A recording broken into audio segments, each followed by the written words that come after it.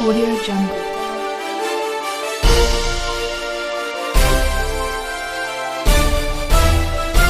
Audio Jungle. tey dañ dajaloo fii nii parce que ay weer ci ginnaaw walla sax ay at ci ginnaaw dafa am ay situation yoo xam ne nii population du département de Mbour ñu ngi koy dund te depuis boobu ba léegi gisuñ ci benn évolution. tey soo demee fi nga xam ne ni moom mooy hôpital bu Grand Mbour ñu koy wax léegi hôpital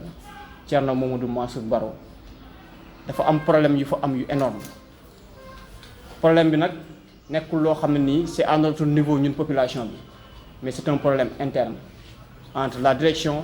les médecins et centre bi nga xam ne nii moom mooy centre Polymètre bi nga xam ne nii FONSIS moom moo ko créé donc mu nekk loo xam ne nii état ko moom donc mu doon contrat boo xam ne nii public la ak public état la ak état ci kaw loolu nag ñoom seen biir problème yi ñu am noonu au niveau interne problème yi dafa dem ba commencer répercuter wu ci ñi nga xam ne ni ñoom ñooy population bi ñun nag jëm nañ ci ay jéego fexe nañ rencontrer ñi nga xam ne ñoom nañ war a rencontrer ci hôpital bi fexe nañ ba nga xam ne nii autorités yu nekk ci département de Mbour yëg information bi président yëg information bi gouverneur de Thiès yëg information bi ki nga xam ne nii aussi moom mooy kilifa ci wàllum santé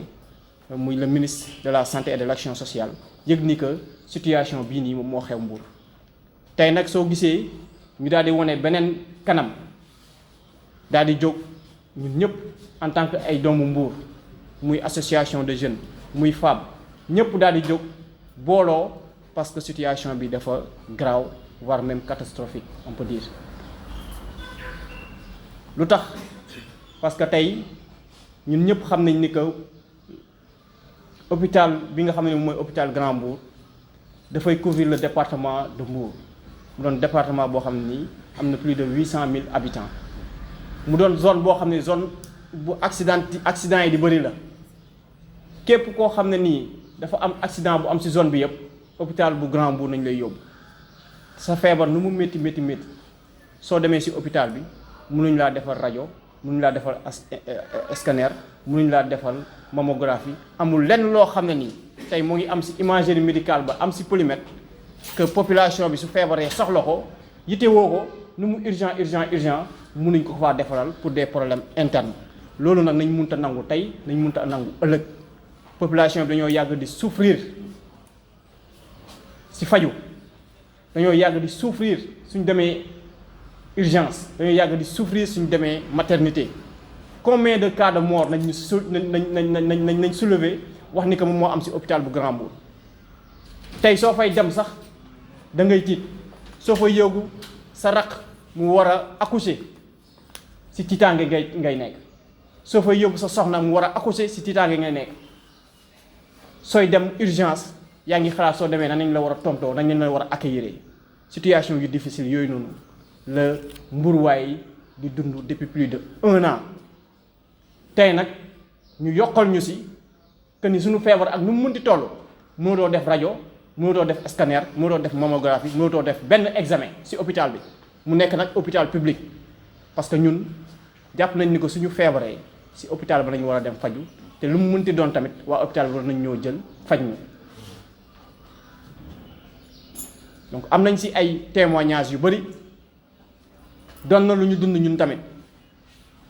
ñu ñu jëndaloo ticket nga jëndaloo ko ñu jëndee ko ci hôpital bi nga daal di dem Polymètre ñoo la ticket bii nga jënd ci hôpital bi reconnaître ñu ko mënoo see faj nga dellu dem jënd ticket Polymètre nga dem ci médecin bi mu ne ticket bii nga jënd Polymètre reconnaître ñu ko donc yow tamit mënoo see faju léegi malade bi moom dañ koy bàyyi muy jaabante de gauche à droite jël xaalisam jënd ticket te ticket boobu noonu kenn du ko remboursé situation yooyu aujourd'hui moom nañuy dund et ça depuis plus de 1 an ñuy wax nag état du Sénégal di wax ministère de la santé et de l'action sociale di wax le gouverneur de la région de Thiès di wax ki nga xam ne ni moom mooy le préfet de Mbour di wax suñu autorités yu fi nekk politique que ni population bi sonn nañ bëgg nañ ku leen jàppale ba ñu génn ci problème yi ñu nekk ñun nag yàgg nañ toog di jéem a lijjanti problème bi parce que jàppoon nañ ni que c'est autour d'une table que ñëpp war a mën a toog pour ñu résoudre ko mais gis nañ ni que depuis bu ñuy def loolu ba léegi kenn faalewuñu kenn dégluwuñu benn autorité waxu ci dara jéemu ci dara ñu ne nag dootuñu toogati di xool suñuy yaay wala suñuy papa wala suñuy sœur di dee ci zéro moo tax tey ñu jóg daal di def suñu déclaration de presse pour wax ni que incha allah mercredi bii di ñëw ci buntu hôpital ba dañ fay organiser mobilisation bu mag woo ci askanu Mbour yépp nag tous les 16 départements tous les 16 communes du département de Mbour di ci woo ndaw yi di ci woo association yi di ci woo les femmes ñi nga xam ne ni souvent ñoom ñooy les victimes ne leen ñu daal di ñëw ñu régler cette situation une bonne fois pour toutes ñu ci war a faju te am ay moyens ñoo ngi faju autorités yi que ça soit l'État tous les membres du gouvernement ku ci am problème pour faju yaa ngi dem faju ji parce que am nga les moyens ñun ñii nga xam ne ñu ñooy le bas peuple tout le temps ñun ñooy dee fi nga xam ne nii moom mooy ci hôpital yi tout le temps parce que lan parce que respecté wuñu parce que lan parce que bàyyiwuñu xel parce que lan parce que dañoo jël seeni priorité yóbbu ko feneen te fàtte hôpitaux yi combien de fois nit ñaa ngi jooy pour wax leen ni que hôpital yi dafay xew yenu na maanaam mais gisoo benn autorité jël affaire yi en main ne man maa koy résoudre tey nag ñoom suñ ko mënta résoudre ñu dinañ jógal suñu bopp incha allah résoudre ko si loolu moom moo taxoon tey ñu woote pour def déclaration bi maa leen nuyu di leen sant.